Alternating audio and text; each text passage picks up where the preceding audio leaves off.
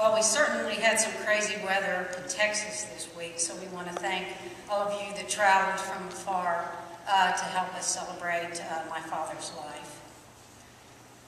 Dad, you held me in your arms when I entered the world, nurtured and loved me unconditionally.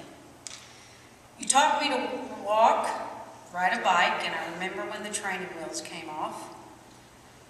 Tell time, both on a 12-hour clock and a 24 military-hour clock, which amazingly was the easiest one for me to learn.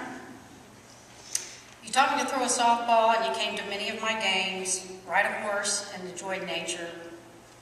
And you taught me the game of golf, my most favorite shared pastime with you.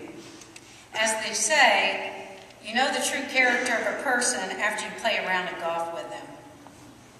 Dad was competitive, took risks, was aggressive yet patient.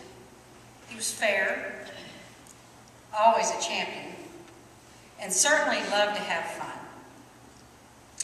I remember when he was teaching me how to play golf one of my first times in Myrtle Beach, and I was trying to pitch up over some water onto a green, and I hit one and it plopped in the water, and I hit two and it plopped in the water, and I hit three and it plopped in the water.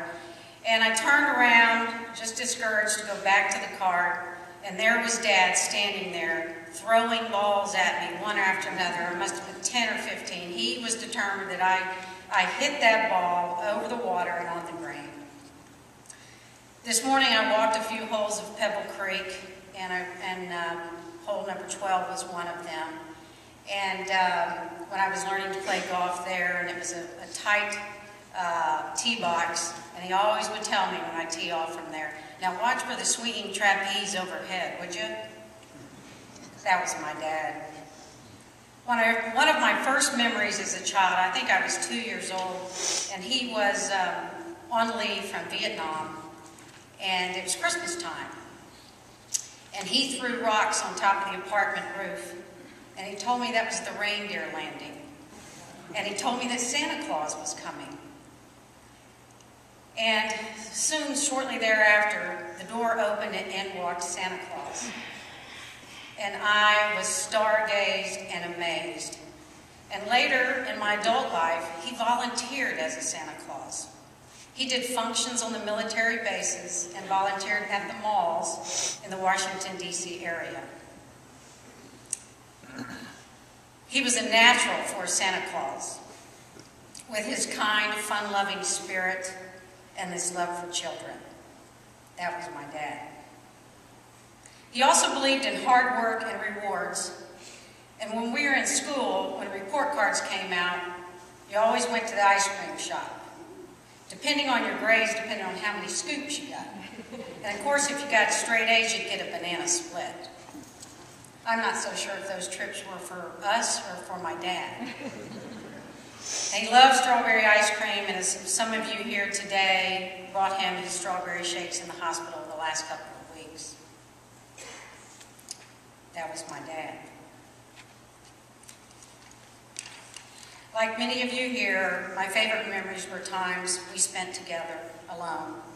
He taught me to love, to forgive, and believe in God.